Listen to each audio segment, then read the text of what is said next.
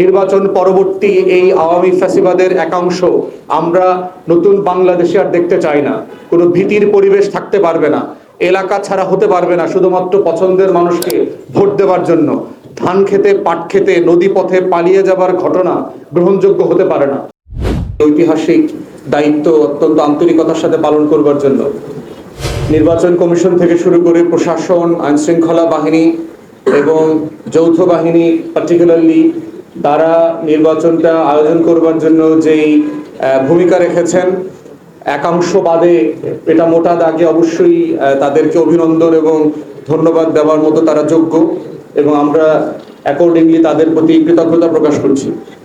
দ্বিতীয়ত হচ্ছে জনাব তারেক রহমানের নেতৃত্বে যেই নতুন বিএনপি সরকার গঠিত হয়েছে, আমরা এই সরকারকে অভিনন্দন জানাচ্ছি এবং অভিনন্দন জানিয়ে আমাদের প্রত্যাশাগুলো আজকে বলা এবং তাকে স্মরণ করিয়ে দেওয়াটাই হচ্ছে আজকের এই সংবাদ সম্মেলনের মুদ্রা উদ্দেশ্য।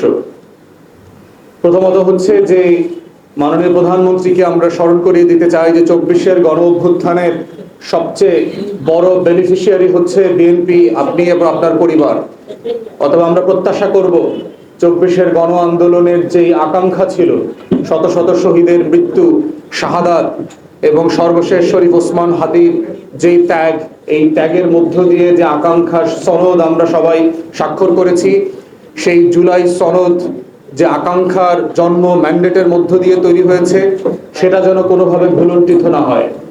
আমরা গতকালকে নতুন সরকারকে দায়িত্ব নেওয়ার ব্যাপারে যেভাবে খুশি হয়েছি, একইভাবে আমরা আশা করেছিলাম যে ওনারা সংস্কার পরিষদের শপথ নেবেন, কারণ এটার মধ্য দিয়েই হচ্ছে যে জুলাই সনদ বাস্তবায়ন করবার যে আকাঙ্ক্ষা ঐকমত্য কমিশনে ব্যক্ত করা হয়েছিল সকল রাজনৈতিক দলের পক্ষ থেকে, সেটার একটা পূর্ণাঙ্গতা পেত।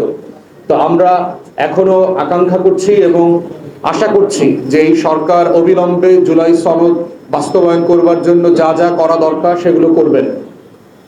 দ্বিতীয়ত হচ্ছে গত 1.5 বছর ধরে সংস্কার এবং বিচার, 2024-এর গণ অভ্যুত্থানে যারা মানবতা বিরোধী অপরাধ করেছেন, গণহত্যার দায়ে অভিযুক্ত হয়েছেন, সেই ধরনের অপরাধীদেরকে যে বিচারের মুখোমুখি করা হচ্ছে আইসিটিতে, সেই বিচার এবং বিভিন্ন ক্ষেত্রে যে সংস্কারের উদ্যোগ নেওয়া হয়েছিল অন্তর্বর্তীকালীন সরকারের পক্ষ থেকে, সেগুলো যেন অব্যাহত থাকে। আমরা বোধ করছি কোনোভাবে দলীয় সরকার সেই আকাঙ্ক্ষা থেকে যেন সরে না আসেন। বিচার এবং সংস্কারের এই দায় কোনোভাবে পরিত্যাগ করা অথবা অ্যাভয়েড করবার মতো জায়গায় আমরা নাই।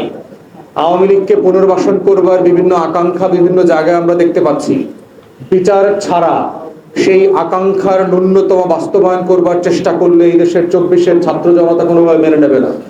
এবং আপনাকে, মাননীয় প্রধানমন্ত্রীকে এবং তার দলকে স্মরণ করিয়ে দিতে চাই যে আওয়ামী ফ্যাসিবাদীদের দ্বারা সবচেয়ে যারা বেশি নির্যাতিত হয়েছেন, তার ভিতরে কিন্তু আপনি, আপনার মা এবং আপনার দল আছেন। অতএব জালেমদেরকে বিচার ছাড়া, জুলুমের হিস্সা নেওয়া ছাড়া কোনোভাবে পুনর্বাসন ক্ষমা করবার দৃষ্টান্ত ইতিহাস ক্ষমা করবে না, জাতীয় ক্ষমা করবে না, জুলাই অভ্যুত্থানের পক্ষে শক্তিও ক্ষমা করবে না।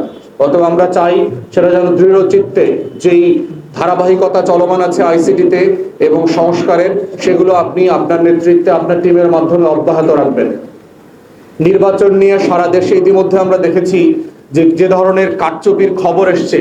টিআইবি ইতিমধ্যে বলেছে যে 22% ক্ষেত্রে ভোট কারচুপি এবং জালিয়াতির ঘটনা ঘটেছে। পোস্টাল ব্যালটে ভোটের যে শতাংশ আর ফিজিক্যালি ভোট দেওয়ার যে শতাংশের ভিতরে যে গরমিল, গণভোটের শতাংশ এবং সাদা ব্যালটে সংসদ সদস্য নির্বাচনের যে গরমিল, এই গরমিলগুলোকে প্রাতিষ্ঠানিকভাবে আমাদেরকে সংস্কার করার উদ্যোগ নিতে হবে। 55 বছর পরেও এসে একটা রাষ্ট্র চটদখলের মতো করে নির্বাচন করতে হয়, এটা কারোর জন্য কাম্য না। সেখানে এখনো ভোট ডাকাতি, ভোট জালিয়াতি এবং চুরি, ছাসরামি, সন্ত্রাসের আশ্রয় নিতে হয়, এইটা কোনোভাবে কাম্য হতে পারে না। তাই আমরা আশা করছি 2 যুগ পরে এসে যে নির্বাচনটা হয়েছে, সেই নির্বাচনের দৃষ্টান্ত মাথায় রেখে এই সরকার নির্বাচন কমিশনকে ঢেলে সাজাবে, প্রাতিষ্ঠানিকভাবে সংস্কার করবে, যেন এই চটদখলের রাজনীতি এবং নির্বাচন আমাদেরকে আর দেখতে না হয়। চতুর্থত হচ্ছে যে সারা দেশে নির্বাচন পরবর্তী যে সহিংসতা ব্যাপক মাত্রায় বেড়েছে।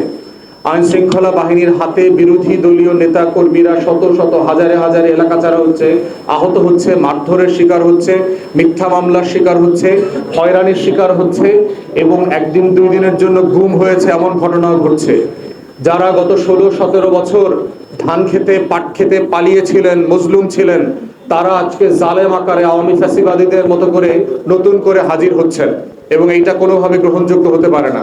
তাই মাননীয় প্রধানমন্ত্রী এবং নতুন সরকারকে আমরা আহ্বান করছি যে এই জুলুম নির্যাতনের অবসান ঘটা দরকার।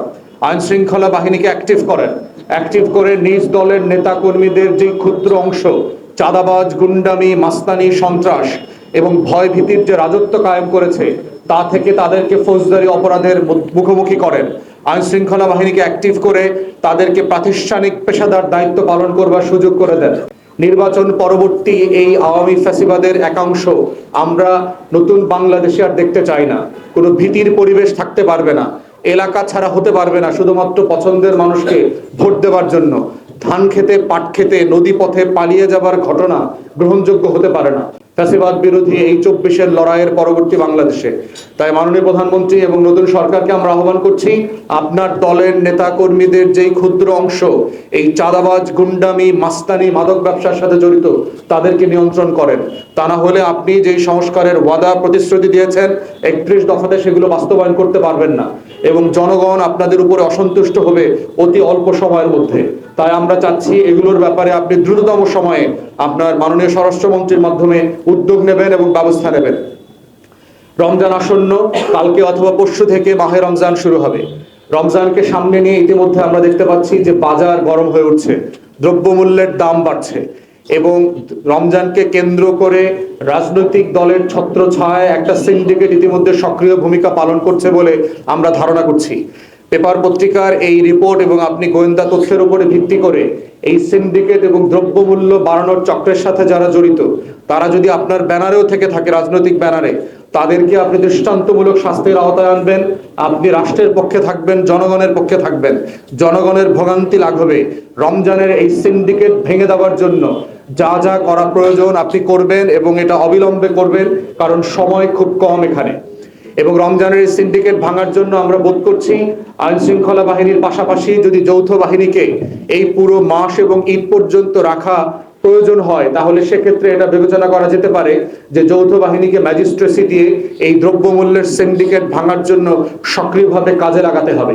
আমরা বুঝতে পারছি যৌথ বাহিনী অনেক ক্লান্ত, প্রায় 1.5 বছর ধরে তারা মাঠে ল এনফোর্সমেন্টের কাজ করছে, যেটা তাদের দায়িত্ব না।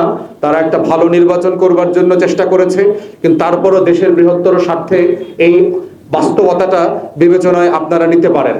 তো আমি সামগ্রিকভাবে ধারণা করছি এবং আশা করছি মাননীয় প্রধানমন্ত্রী, নতুন সরকার সেই জুলাই আকাঙ্ক্ষা বাস্তবায়নের জন্য দৃঢ় চিত্তে কাজ করবেন, দেশের মানুষের পক্ষে দাঁড়াবেন এবং দেশের মানুষের আকাঙ্ক্ষা, ছাত্র যুবকদের আকাঙ্ক্ষা, বিরোধী দলের নিরাপত্তা, বিরোধী দলের রাজনীতি এবং ভোট যারা দিয়েছে তাদের মত প্রকাশের স্বাধীনতা, সেগুলো নিশ্চিত করবেন। আওয়ামী ফ্যাসিবাদের আমলে যেই কারণে তাদেরকে ব্যর্থ হতে হয়েছে, দেশ ছেড়ে পালাতে হয়েছে, তাদেরকে ভূমিধস পরাজয়ের মধ্য দিয়ে লজ্জিত হতে হয়েছে, রাজনীতিতে নাই হতে হয়েছে, এরকম কোনো ঘটনা আপনি এবং আপনার সরকারের কাছ থেকে আমরা আকাঙ্ক্ষা করি না। তা আজকে এই ব্রিফিংয়ে আমরা আকাঙ্ক্ষা করছি নতুন সরকার পুরাতন 17 বছরের ভুলগুলো থেকে শিক্ষা নেবে এবং বাংলাদেশকে নতুন করে সংস্কার, বিচারের যে আকাঙ্ক্ষার মধ্যে আছে সেখান থেকে তারা এগিয়ে নিয়ে যাবে পরবর্তী ধারায়। সেই আকাঙ্ক্ষা ব্যক্ত করে আমার সংক্ষিপ্ত ব্রিফিং আমি এখানেই শেষ করছি।